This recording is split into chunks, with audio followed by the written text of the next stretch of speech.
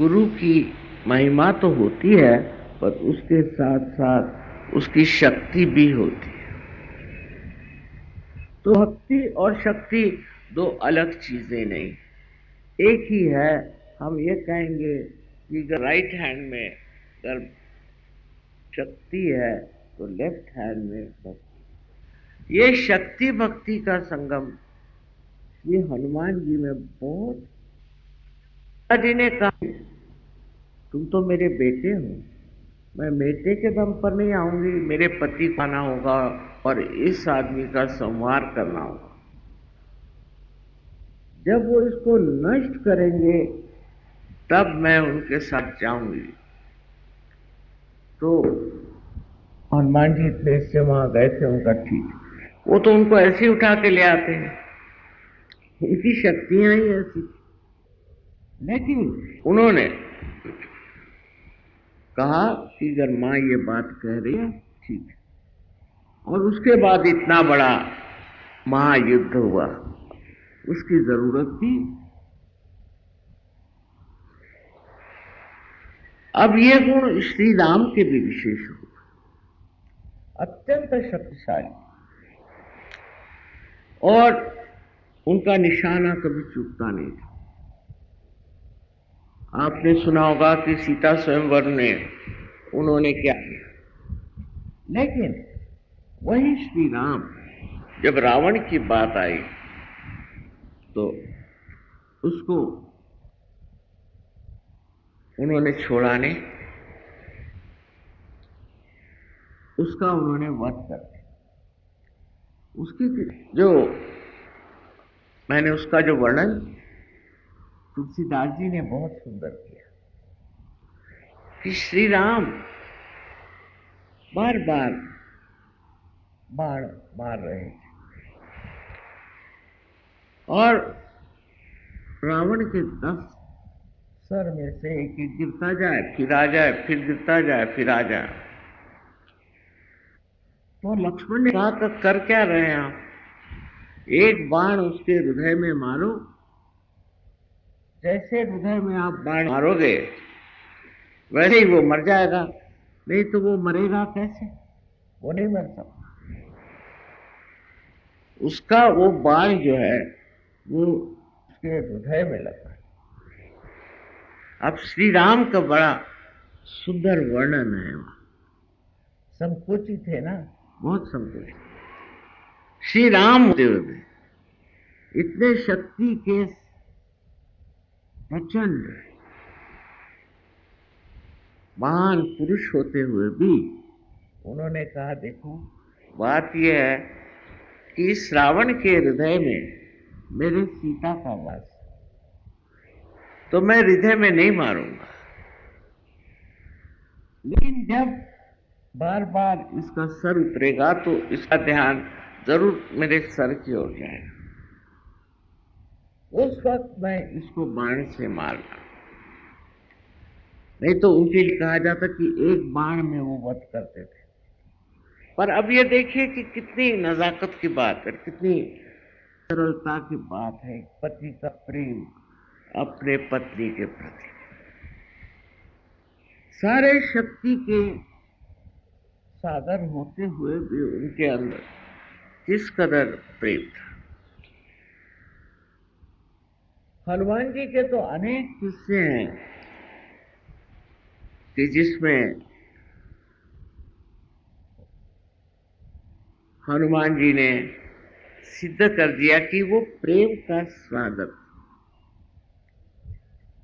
और उसी वक्त जो दुष्ट हो, जो दूसरों को सता, जो दूसरों को नष्ट करता, उसका वध करने में उनको बिल्कुल किसी तरह का संकोच नहीं होता। ये जो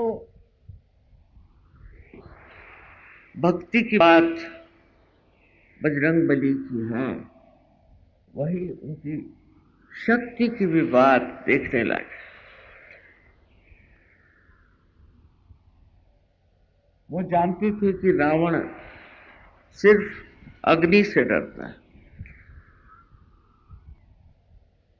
इसलिए लंका में गए और लंका दहन कर दिया। ये उनकी शक्ति की बात कि उन्होंने लंका दहन कर दिया, और उस दहन में किसी को मारा नहीं, किसी को जलाया नहीं, रावण भी जला नहीं, कोई नहीं जला, पर उससे दहशत हो गई, लोग घबरा गए कि रावण क्या पाप कर रहा है। रावण जो इस तरह के कार्य कर रहा था, पहले लोगों में सम्मत था। वो कहते भाई ये रावण ही है, क्या है, इसकी इच्छा जो है सो है, इसको जो करना है सो करने दो, हम उसको कहने वाले कौन होते हैं, रावण तो रावण ही हुआ। लेकिन जब, कितनी समझदार की बात है कि जब लंका जल उठी, जब लंका का दहन हो गया, तब लोग समझ गए कि ये तो बड़ी खतरनाक बात है, बड़ी घबराने की बात, क्योंकि लंका का दहन हो गया और हम लोग अगर जल गए होते तो। अब आग की विशेषता ये कि ऊपर जाती है, नीचे नहीं आती। सब लोग नीचे से ऊपर देख रहे थे कि जल रही है, जल रही है, जल रही है, पर पूरा लंका दहन हो गया, लेकिन कोई जला नहीं। ये डराने के लिए, उनको समझाने के लिए कि रावण महापाप कर रहा है, उन्होंने ये काम। कितनी समझदारी और कितना संतुलन बजरंग बली में था, ये देखना चाहिए। यही हम देखते हैं इतिहास में, जितने लोग शक्तिशाली बहुत थे, उनमें अत्यंत प्रेम। अगर आप देख लीजिए तो शिवाजी महाराज का एक उदाहरण है कि वो इतने शक्तिशाली थे, पर उतने ही बहुत तमीजदार, बहुत कायदे के और बहुत ही ज्यादा संयमित आदमी थे। ये संतुलन जब आप में आ गया, तब आप सजग हैं। अगर आपके अंदर शक्ति आ गई, इसका मतलब ये नहीं कि आप अपने प्रेम और व्यवहार उसको किसी तरह से त्याग दें, किंतु आप शक्तिशाली हैं। उसकी शोभा ही यह है कि आप, जो लोग दलित हैं, जो गरीब हैं, जो दुखी हैं, जो पीड़ित हैं, जिन पे आफत आई हुई है, उनके संरक्षण में, और जो लोग उनको पीड़ा देते हैं, जो नाश करते हैं, जो सताते हैं, और जिन्होंने हर तरह की परेशानी लोगों के लिए खड़ी की है, ऐसे लोगों को आप कुछ करने की जरूरत नहीं, सिर्फ बंधन से ही आप ठिकाने लगा सकते हैं। ये जो आपके अंदर शक्तियां आ गई हैं, इसका इस्तेमाल इसीलिए करना चाहिए कि जिससे जो दुष्ट हैं वो खत्म हो जाए। लेकिन आपकी शक्ति में हाथ में तलवार या गदा नहीं, हनुमान जी जैसे बाह्य में गदा नहीं है, पर अंतर में है। आपके अनुभव आप देख लीजिए कि जो आदमी परेशान करता है, तंग कर रहा है, उस पे गदा प्रहार हो जाता, चाहे आप हाथ में गदा उठाइए या नहीं उठाइए। इस तरह से आप तो स्वयं सुरक्षित हैं, आपकी तो सुरक्षा है ही, लेकिन उसके साथ ही साथ आपके जो दूसरे सहयोगी हैं, उनकी भी सुरक्षा। इस तरह से बचत हो जाती। अब इसमें श्री बजरंग बली का हाथ बड़ा जबरदस्त है।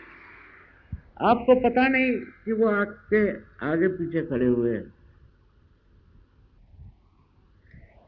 है तो उनका स्वभाव बच्चों जैसा, बहुत निर्मल और बहुत सरल, लेकिन इतनी समझदारी और हर तरह की खूबियां वो जानते हैं। इसका मतलब है कि उनकी शक्ति के साथ उनके अंदर निरक्षीर विवेक बहुत, बड़े ही बुद्धिमान थे। आजकल की बुद्धि तो बिल्कुल बेकार है, पर वो बुद्धि की जो प्रेम से हर एक चीज को जांचे और समझे, उस बुद्धि के एक विशेष स्वरूप श्री गणेश थे और श्री हनुमान। दोनों में विशेषता ऐसी है कि हनुमान जी बहुत बलिष्ठ, बहुत तेज ऐसी देवता है, और श्री गणेश ठंडे हैं। लेकिन दोनों जब वक्त पड़ता है तो बहुत बड़े संहारक। सहयोगियों को संहार करने की जरूरत नहीं, किसी का संहार करने की जरूरत नहीं। बस आप ये सोच लीजिए कि आपके साथ ही ये दोनों हर पल हर क्षण है। जब भी आपको कोई परेशान करे, तंग करे, तो साक्षात आपके संरक्षक